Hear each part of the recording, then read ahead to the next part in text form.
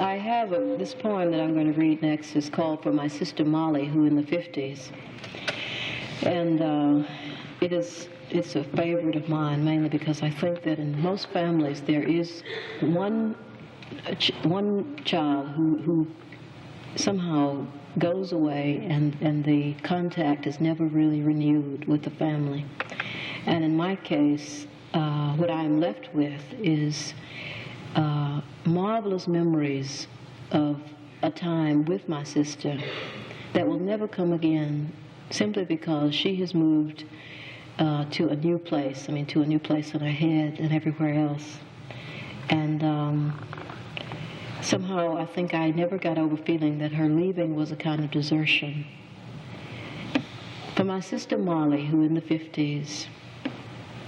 For my sister Molly, who in the 50s once made a fairy rooster from mashed potatoes, whose eyes I forget, but green onions were his tail, and his 2 legs were carrot sticks, a tomato slice's crown,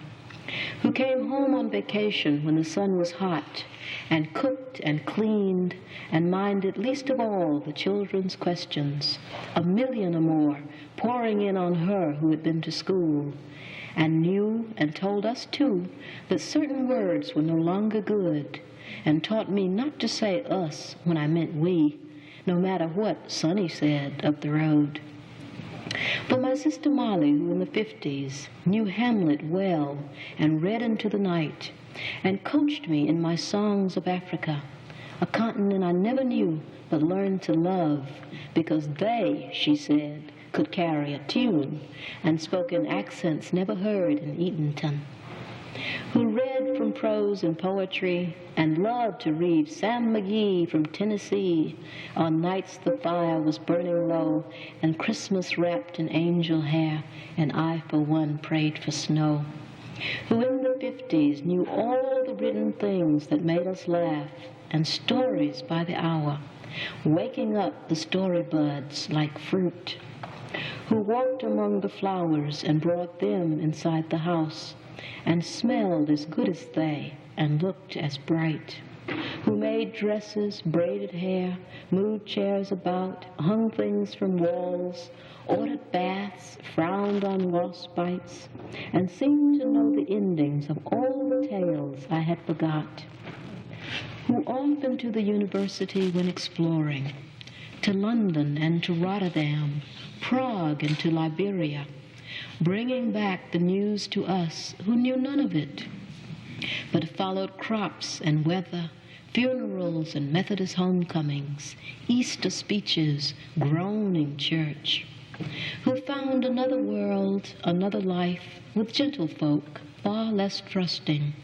and moved and changed her name, and sounded precise when she spoke, and frowned away our sloppishness, who saw us silent, cursed with fear, a love burning inexpressible, and sent me money, not for me, but for college, who saw me grow through letters, the words misspelled, but not the longing, stretching growth, the tied and twisting tongue,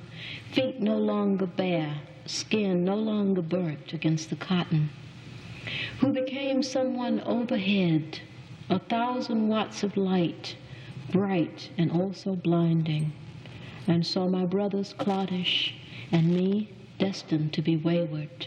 my mother remote, my father a wearisome farmer with dirt-ringed nails.